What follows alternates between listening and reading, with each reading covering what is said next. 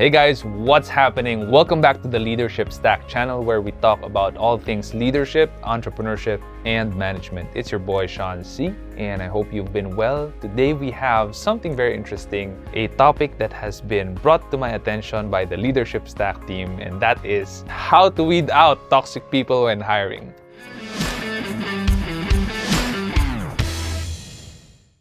So, we're gonna keep this simple and clean. No one wants toxic people in their team. Toxic people, they break down your team, they cause dissent, they cause separation, they cause anxiety, they cause the team to not work well together. They're a madness, they're a disease, a cancer that you wouldn't want festering in your own organization. So how do you identify them even before you hire them? Before I get to that, please hit the like button, the subscribe button, and the bell notification icon if you haven't yet so that we can notify you whenever we have a new episode out. And if you're listening on Spotify, please hit that follow button. That would help us tons. The first thing that I do to recognize if someone might potentially be a toxic hire or not is I ask open-ended questions. These are questions like, if there ever was a time when we need to extend our working hours or work overtime or work over the weekend for a certain project, what do you think about that? How would you feel about it? And the reason why I ask this question is there are those days and times and projects that are unpredictably long.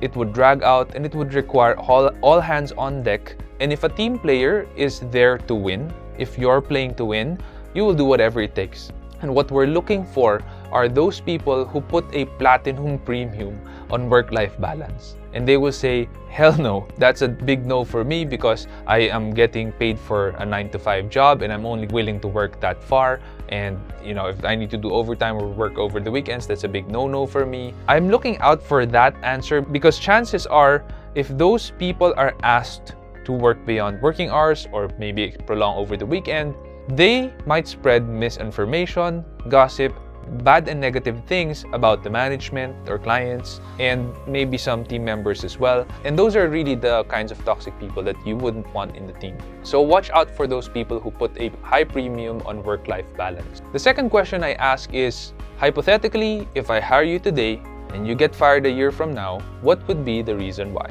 And the reason why I ask this question is because I want to know if the person really knows their weaknesses, can admit it, and can say it out loud.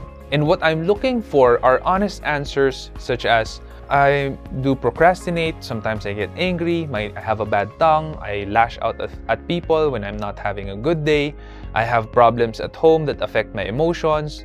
I look for the down and dirty, messy, grisly things that really are weaknesses of a person. Now, the answers that I don't like are, I'm a yes man or yes woman, I keep saying yes, I can't say no, I work too hard, and sometimes my health suffers because of that. Those are respectable answers, respectable weaknesses, and by gosh, I have gotten so many of those answers that I just know the person is not being honest and open and is not humble enough to admit his or her weaknesses during the interview. And chances are, if they can admit their weaknesses during the interview, they are a good hire. The chances of them being toxic is a lot less. And if they have a problem with anger or a bad tongue and they lash out, at least you know who you're letting in the door. Next is you have to get your core values straight. Now, when I talk about core values, these are values that are non-negotiable for you as the entrepreneur, the business owner, the leader, or the organization. And when I say non-negotiable, that means you are willing to be penalized for it. For example, if you have a $1 million deal coming in, and yet that big organization is asking you to compromise on your integrity, you will say no. You're willing to be penalized to lose that $1 million deal because integrity is a core value of yours and is so important to you that you're willing to be penalized for it and letting that deal go. Now, if you have your core values straight, you know it, you have to communicate it and practice it. And when you keep communicating it to the rest of the people in your organization, then people know what you stand for. When people know what you stand for, there's a lot less chances that you're going to get toxic people knocking on your door trying to apply. And even if they do, it is so easy to identify who they are because your culture is so set that now you know who's going to fit in well and who's not. The next thing we have is our core values exam. We actually put open-ended questions on our core values and ask that to every applicant that we have. An example of this is at SEO Hacker, unity is one of our core values. We ask a scaled question from "that's not me" to "yes, that's really me." And the questions that we ask in terms of unity is, for example, if you have a co-worker that you have problems with, do you talk with that co-worker directly, or do you talk with other people about it and ask them what their opinions are? If the person answers, "Yeah, that's me, I strongly agree with that, I'm gonna do that," then that person has a high chance of gossiping. If the person answers, "That's not me, I strongly disagree with that," then that's the kind of person we are looking for. This core value exam has helped SEO Hacker in our hires because we know exactly who's gonna fit and who isn't. Granted that we still move forward with the verbal or face-to-face interviews if we feel like this person scored significantly high in our core values exam. If a person scores significantly low in the core values exam, that is a huge sign that we have to reject them. Next is check the references. Call their colleagues if they allow you to call colleagues, parents, past leaders or managers. If they give you their number, call them. Ask them about this person. What tendencies does this person have? Ask them some of the open-ended questions that you have in the core values exam regarding this person. That's how you would be able to figure out if this person really will fit your team. Sometimes it's hard for a person to see himself or herself directly. That's why we all have blind spots. And this is why references are super duper important.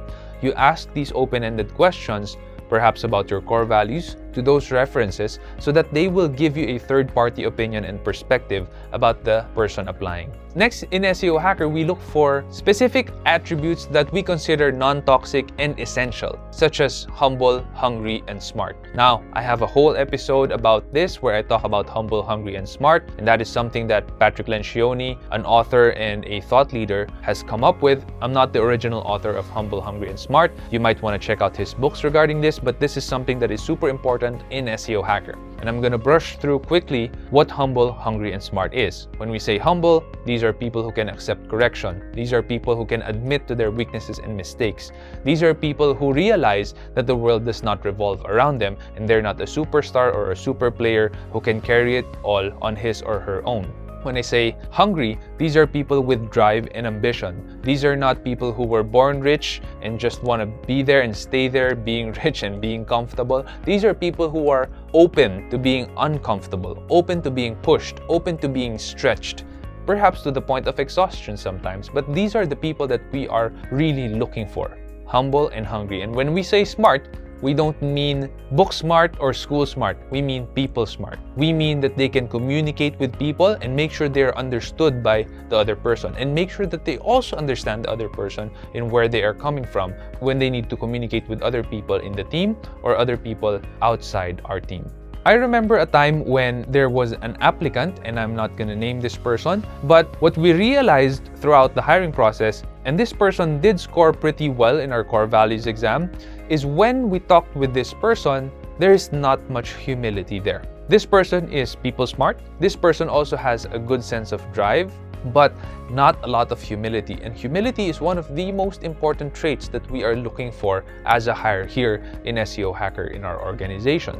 So when push came to shove and we had to make a decision, we unanimously decided not to take this person in, even if we really needed to fill that role and position. And that is because we have to protect our team. You would not let someone you don't know who can wreck your house inside your house, would you? The Leadership Stack team would like to hear from you. So if you learned something new from this episode, please leave a comment down below and we will respond to you right away. And that's it. I hope you learned from this episode and I hope it provided value to you. I know you wouldn't want to hire a toxic person in your team. I mean, who does? But I hope these guidelines do help you out when you need to hire someone. If this episode has provided value for you, please hit the subscribe button, the like button, the bell notification icon, or if you're listening in on Spotify, please hit that follow button. And while you're at it, please do share it with a friend or family member who might find it valuable as well.